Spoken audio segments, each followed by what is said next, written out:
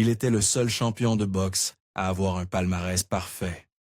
Invaincu, inarrêtable, et craint pour sa volonté de faire et sa puissance foudroyante. Le nouveau champion du monde des poids lourds, Rocky Marciano. Mais à la veille de son 46e anniversaire, Rocky Marciano monta à bord d'un petit avion privé et n'en ressortit jamais vivant. Les autorités qualifièrent cela d'accident. Mais derrière le crash, il y avait des liens avec la mafia, de l'argent disparu et un pilote qui n'avait pas de licence pour voler. Était-ce vraiment juste un coup de malchance ou quelqu'un cherchait-il à faire taire une légende? Décomposons tout cela. Dès son plus jeune âge, Rocky Marciano avait une obsession, l'argent. Même lorsque sa fortune grandissait, et elle grandissait énormément, il détestait dépenser $1. Il était notoirement avare et allait jusqu'à des extrêmes surprenants, parcourant le pays de long en large, juste pour gagner quelques dollars de plus. Il était déjà riche, mais vivait comme s'il ne l'était pas. Et cette obsession ne s'est pas estompée après la boxe. Au contraire, elle s'est aggravée. La vie de Marciano, après sa retraite, devint un mélange étrange de paranoïa, de combines et de comportements erratiques. Il courait après l'argent, l'amassait, le cachait, et certains disent que c'est cette dévotion acharnée à l'argent qui, en fin de compte, l'a conduit à sa mort. Mais pour comprendre pourquoi Marciano était ainsi, pourquoi il était si obsédé par la richesse, et pourquoi il craignait de la perdre, il faut remonter le temps. Car cette histoire commence bien avant la gloire et les knockouts. Né Rocco Francis Marciano en 1923, il était le fils d'immigrants italiens qui avaient déménagé aux États-Unis en quête du rêve américain. Mais ce rêve ne s'est jamais réalisé. Au lieu de cela, Marciano et ses 5 frères et sœurs grandirent dans une pauvreté écrasante, dans le sud de Brockton, Massachusetts. Son père, Porino, travaillait dans une usine de chaussures, s'épuisant jour après jour, trempé de sueur, pour un salaire dérisoire en retour. Le jeune Rocco lui apportait son déjeuner au travail. Et ce qu'il voyait là-bas ne le quitta jamais. La chaleur, le bruit, le désespoir.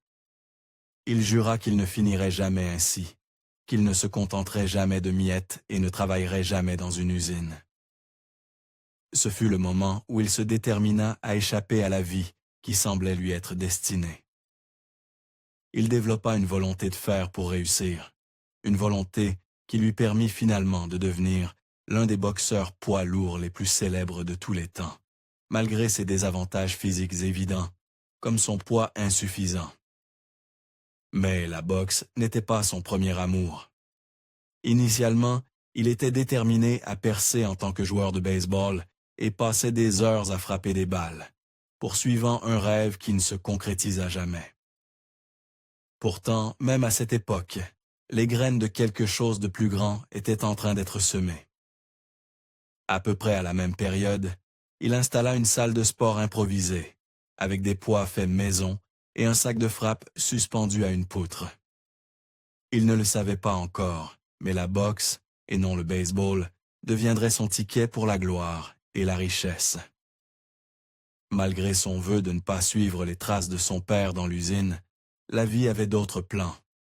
Marciano finit par occuper plusieurs emplois subalternes pour joindre les deux bouts, y compris, ironiquement, la fabrication de chaussures. Mais avec la Seconde Guerre mondiale en pleine d'effervescence, il fut enrôlé et envoyé en Europe avec l'armée américaine. C'est là que la boxe entra vraiment dans sa vie. Au début, c'était juste un moyen d'échapper aux corvées de cuisine. Mais une fois qu'il monta sur le ring, quelque chose se déclencha. Il avait une puissance naturelle, une robustesse brute et un instinct de bagarreur, et il finit par représenter l'armée en tant que boxeur, remportant même un tournoi en 1946.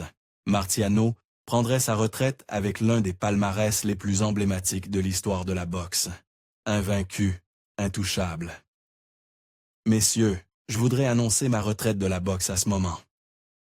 Mais, au début, rien chez lui ne laissait présager qu'il pourrait même réussir en tant que professionnel, encore moins devenir un futur champion.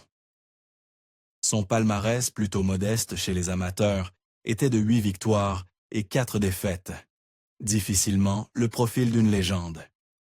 Il fit ses débuts professionnels en 1947, puis retourna chez les amateurs avant de s'engager à plein temps l'année suivante.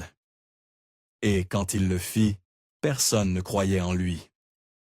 Pour la plupart, il n'était qu'un autre gamin italien de petite taille, essayant de boxer au-dessus de son poids, littéralement. Mesurant à peine 1,78 m, il était petit pour un poids lourd. Et malgré sa puissance brute, il était loin d'être impressionnant. Il était maladroit, sauvage et totalement dépourvu de raffinement. Son jeu de jambes était désespérant. On le voyait souvent frapper dans le vide, perdre l'équilibre et parfois presque tomber à travers les cordes. Marciano n'était pas un grand buveur, mais dans ses premiers jours, il se battait plus comme un ivrogne dans un bar que comme un futur grand champion. Bien sûr, c'était probablement amusant à regarder si tout ce qui vous intéressait était de voir une bagarre qui se terminait avec quelqu'un inconscient sur le sol. Mais si vous cherchiez la science douce de la boxe, Marciano n'était pas celui-là. Une chose est sûre, cependant, il n'était pas du genre à reculer devant quoi que ce soit. Ce qu'il manquait en taille, en allonge et en technique, il le compensait par quelque chose de bien plus difficile à enseigner. Une ténacité implacable et une volonté inébranlable de gagner. Sa détermination ne se manifestait pas seulement pendant ses combats, car il s'entraînait comme une bête absolue. Alors que la plupart des boxeurs se préparaient avec 100 rounds de sparring, lui se poussait parfois jusqu'à 250. Apparemment, il entraînait même les muscles de ses yeux en fixant le pendule d'une horloge. Personne n'est tout à fait sûr de l'avantage qu'il pensait que cela lui donnerait. Mais cela en dit long sur son désir de ne laisser aucune pierre non retournée. Il ferait n'importe quoi pour être mieux préparé que l'homme en face de lui. Et il ne faisait pas de mal qu'il ait une autre arme, une puissance de knockout effrayante, à couper le souffle. Quand Marciano frappait juste, la plupart des gens ne se relevaient pas. Il s'appuya sur cela tôt dans sa carrière. Puissance et pression. Cette combinaison s'avéra plus que suffisante pour la plupart des adversaires de bas étage qu'il affronta. Ses 16 premiers combats se terminèrent par des victoires par knockout, la majorité d'entre eux en un seul round. Ce gars était une machine à vapeur. Ce genre de brutalité brute pouvait suffire pour les adversaires des échelons inférieurs de la boxe. Mais s'il voulait s'élever au-delà des combattants de seconde zone et des prétendants marginaux, Marciano devrait évoluer ou risquer de devenir juste un autre bagarreur qui s'éteindrait avant d'atteindre le sommet. Pour enrichir son jeu, son manager, Al Weil, fit appel à Charlie Goldman, un entraîneur chevronné, connu pour transformer les bagarreurs bruts en vrais combattants. Avec Goldman dans son coin, Marciano commença à ajouter un peu plus de finesse à sa boxe, au-delà de simplement frapper sauvagement à la recherche d'un knockout. Ce n'était pas joli, mais c'était un peu plus intelligent, un peu plus précis, un peu plus dangereux. Cela ne l'empêcha pas de continuer à assommer les gens. Bien que Don Mogard devint le premier homme à aller jusqu'au bout des rounds prévus avec lui lors de son 17e combat, les victoires au point restaient rares avec Marciano. Quand il montait sur le ring, on n'attendait pas une cloche, on attendait une civière. Et parfois, c'est exactement ce qu'on obtenait.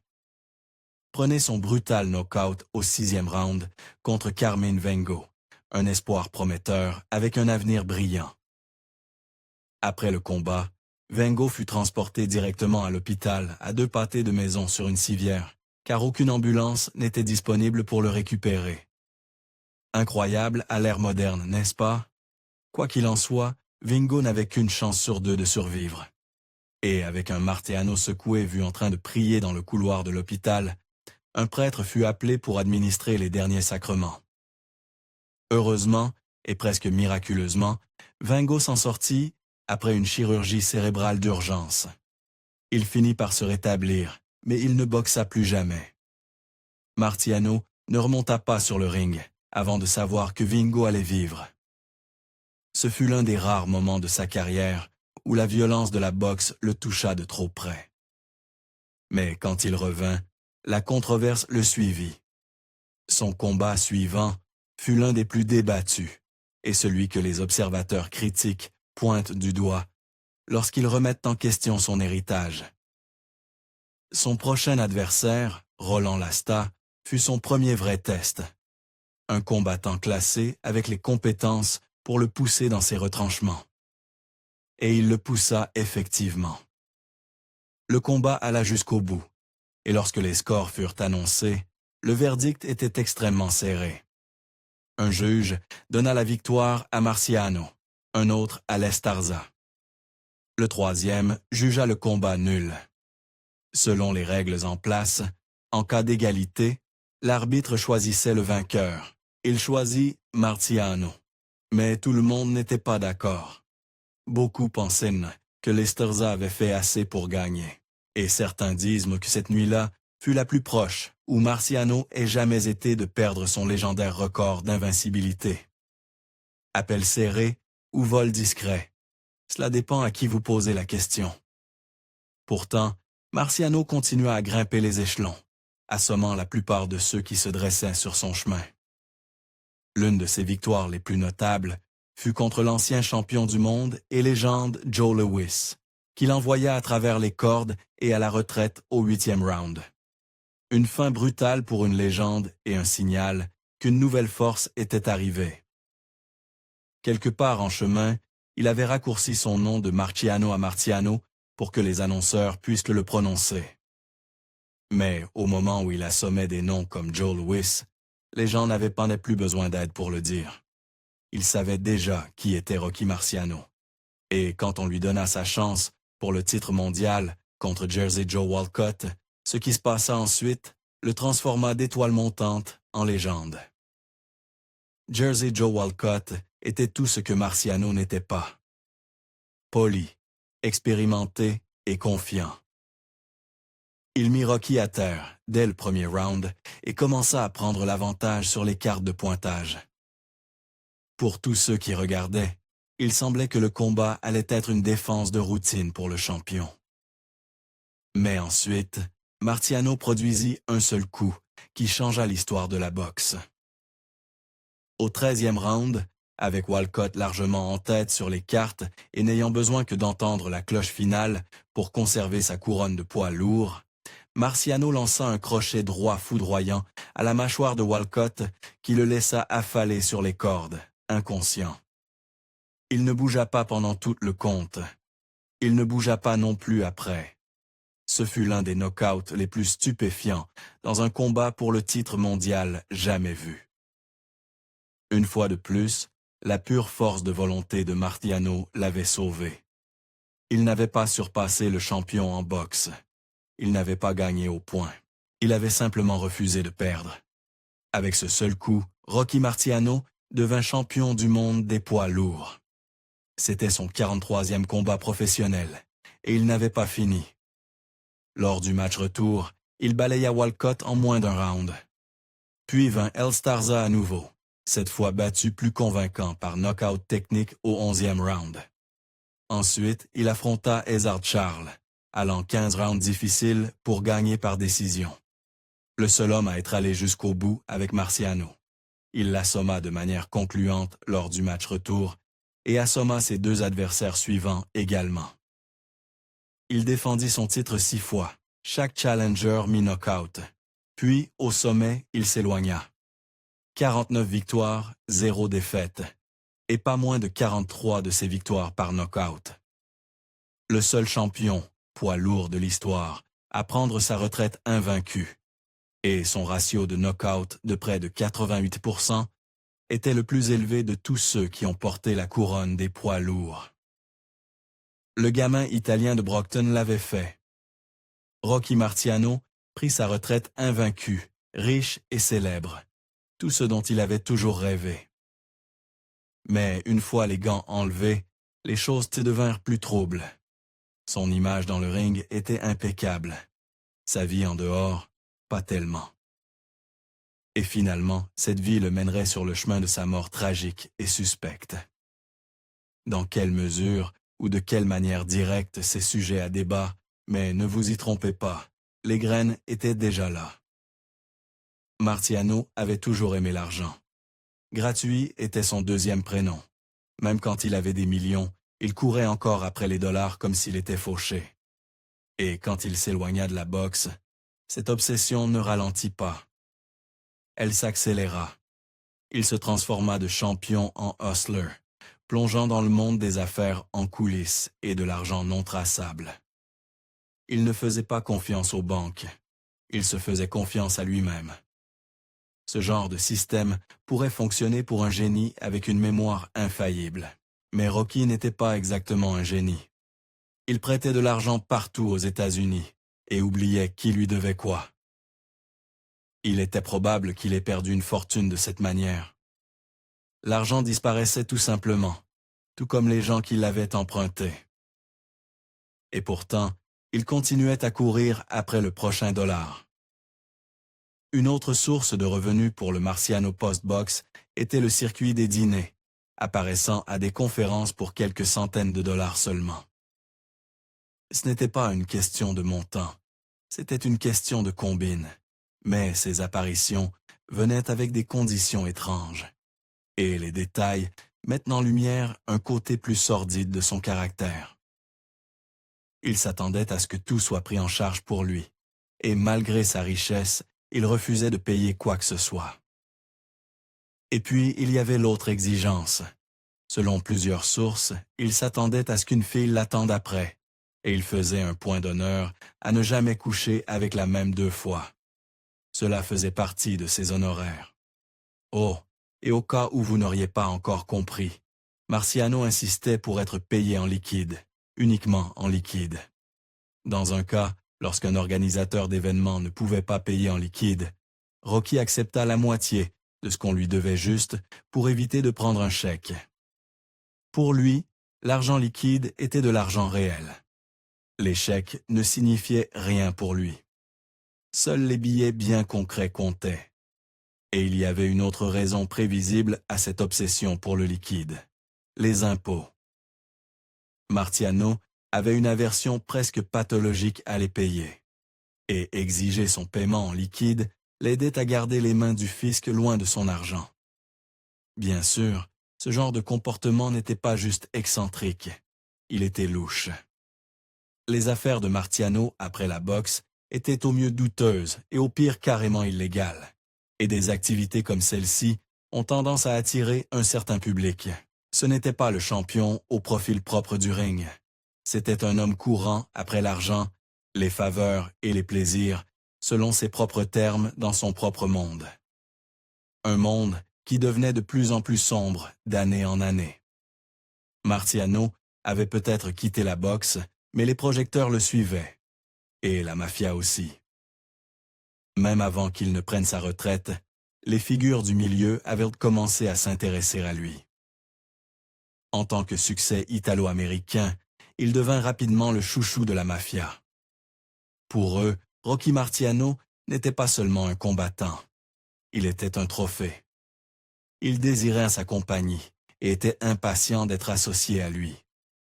Et Marciano aimait l'attention et la notoriété que ses connexions avec la mafia lui procuraient. Vivre la grande vie sans débourser un centime. C'était exactement son genre de marché. Il se retrouva bientôt à côtoyer de gros joueurs dans les cercles mafieux. Mais l'ampleur réelle de ses liens avec la mafia et leur relation avec son empire commercial reste floue. Il est facile d'imaginer Marciano comme une sorte d'homme d'affaires trouble avec un réseau de connexions criminelles, et ses doigts dans toutes sortes d'affaires douteuses. Mais beaucoup d'initiés dressent un tableau différent.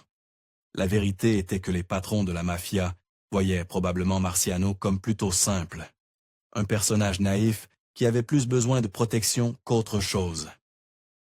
Les patrons l'aimaient. Ils veillaient sur lui et donnaient des ordres stricts. ne laissez pas Rocky se salir les mains.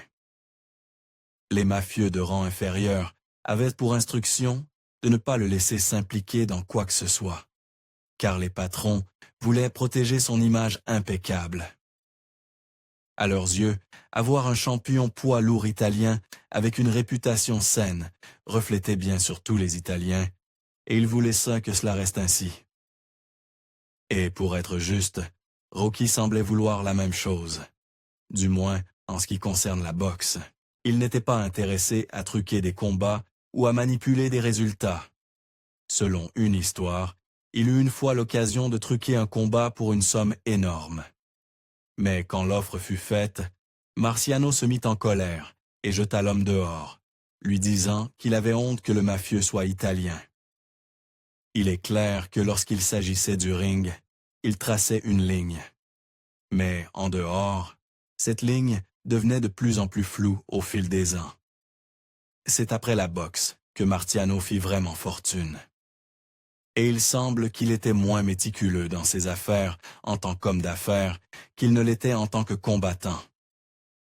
Les gens qui le connaissaient disaient la même chose. Il cherchait toujours la prochaine grande opportunité, tombait dans de mauvaises idées et perdait sans cesse son argent dans des combines douteuses. Il n'investissait pas, il jouait, mais sans connaître les probabilités. Une fois, il se fit escroquer en achetant un terrain marécageux en Floride. Une autre fois, il faillit donner de l'argent à un type vendant un soi-disant remède nouvellement découvert contre l'arthrite. Il était sincèrement enthousiaste à l'idée de cette affaire jusqu'à ce qu'un ami intervienne et le dissuade à temps. Mais il gagnait quand même de l'argent, beaucoup d'argent. Et pourtant, il refusait de payer pour quoi que ce soit, sauf si c'était absolument nécessaire. Il s'énervait même pour la perte d'une simple pièce. Et une fois, quand un téléphone public ne lui rendit pas la pièce de 10 cents qu'il venait d'insérer, il s'attaqua à toute une rangée d'appareils pour récupérer son argent. Il utilisait également sa célébrité pour obtenir des vols gratuits à travers le pays pour ses activités de prêt d'argent. Mais tous les avions dans lesquels il voyageait ne lui offraient pas le genre de luxe qu'on attendrait d'un ancien champion poids lourd, ni les niveaux de sécurité d'ailleurs. Une fois, il voyagea à l'arrière d'un avion cargo. En plein vol, une fenêtre explosa et l'avion plongea. Marciano et sa jeune fille étaient tous deux à bord, et d'une manière ou d'une autre, ils s'en sortirent indemnes. Cela aurait dû servir d'avertissement. Cela aurait dû le changer, mais ce ne fut pas le cas. Même après avoir regardé la mort en face, il choisissait encore le risque si cela signifiait gratuit. Et un jour, ce choix le rattrapa enfin. Parce que lorsque Rocky Marciano monta à bord d'un avion à la veille de son 46e anniversaire, il n'en descendit jamais. Voici ce que nous savons. Le 31 août 1969, la veille de son 46e anniversaire, Marciano monta à bord d'un petit avion privé en direction de Chicago à Des Moines. Il était en route pour rentrer chez lui, célébrer son anniversaire avec sa famille. Mais on lui avait offert l'opportunité de gagner rapidement de l'argent grâce à une apparition à un dîner pour l'un de ses connaissances mafieuses. Et étant ce qu'il était, il ne pouvait pas résister à faire un arrêt avant de rentrer chez lui. Classique Marciano. Mais cette fois, le pari lui coûta tout. L'avion n'arriva jamais à destination. En essayant d'atterrir sur un petit aérodrome à Newton, Iowa, il heurta un arbre et s'écrasa. Marciano, le pilote et l'autre passager furent tués sur le coup. Un accident tragique, peut-être. Mais creusez un peu plus, et l'histoire commence à se dénouer. Considérons les faits. Le pilote qui volait cette nuit-là était totalement inqualifié. Seulement 231 heures de vol au total, dont seulement 35 enregistrées de nuit. Qui met une icône nationale entre les mains d'un pilote novice dans l'obscurité. Ensuite, il y avait la météo. Des orages étaient prévus dans l'Iowa. Tout le monde savait dans quoi il s'engageait. Alors, pourquoi n'ont-ils pas annulé le vol? Nous avons vu comment était Marciano. Peut-être a-t-il simplement insisté pour que le vol décolle, en raison de sa nature téméraire. Peut-être ne pouvait-il tout simplement pas supporter de manquer l'argent. Mais personne n'est sûr. Pourquoi tout a-t-il été organisé à la dernière minute? Pourquoi une figure aussi en vue volait-elle dans des conditions aussi négligées et dangereuses? Et qui exactement a organisé ce voyage? C'était Rocky Marciano après tout, et il était une grosse pointure. Parce que lorsque vous commencez à poser ces questions, vous réalisez que quelque chose dans sa mort ne semble pas juste. Quelque chose sent mauvais. Également à bord de cet avion se trouvait Frankie Frel, 28 ans, le fils du mafieux connu Lou Frel et neveu d'un autre, l'infâme Frankie One Ear Fatto. C'était Frankie qui avait organisé le voyage et celui qui emmenait Marciano à Des Moines pour une apparition à une agence d'assurance qu'il ouvrait. Une autre connexion d'affaires louche, un autre nom affilié à la mafia jusqu'à la toute fin. Maintenant, évidemment, Frel n'a pas planifié le crash parce qu'il est en morgue aussi. Mais quelqu'un aurait-il saisi l'opportunité de se débarrasser des deux hommes à la fois? Aucune preuve tangible n'a jamais émergé pour suggérer que c'était autre chose qu'un accident, mais il ne manque pas de rumeurs et de théories du complot. Certains pointent du doigt le fait étrange du manque d'expérience du pilote. Il n'était même pas qualifié pour piloter l'avion dans lequel il se trouvait. Il y a aussi des rumeurs discrètes, selon lesquelles Marciano s'était retrouvé en difficulté avec la mafia. Et pour une raison quelconque, après sa mort, ses connexions avec la mafia n'ont jamais été pleinement enquêtées. Certains disent que Rocky s'était mis dans le pétrin avec les mauvaises personnes. Était-il endetté et était-ce une vengeance? D'autres murmurent à propos d'une fraude à l'assurance, ou peut-être qu'il en savait trop, et c'est ainsi qu'ils l'ont fait taire. Alors, était-ce vraiment un accident bizarre, ou quelque chose de bien plus calculé? La vérité est que nous ne le saurons probablement jamais, mais ce qui est certain, c'est ceci. La nuit où Rocky Marciano est mort, plus qu'un homme a été perdu. Une partie de l'âge d'or de la boxe est morte avec lui. Et ce qu'il a laissé derrière lui, ce sont des caches d'argent dissimulées, des questions sans réponse, et un record parfait de poids lourd qui reste inégalé à ce jour. Qu'en pensez-vous? Était-ce juste un malheur tragique ou quelque chose de plus sinistre? Laissez votre théorie dans les commentaires ci-dessous. Nous voulons avoir de vos nouvelles, et avant de partir, cliquez sur le bouton j'aime et abonnez-vous pour nous soutenir dans la création de plus de contenu sur la boxe comme celui-ci. À la prochaine.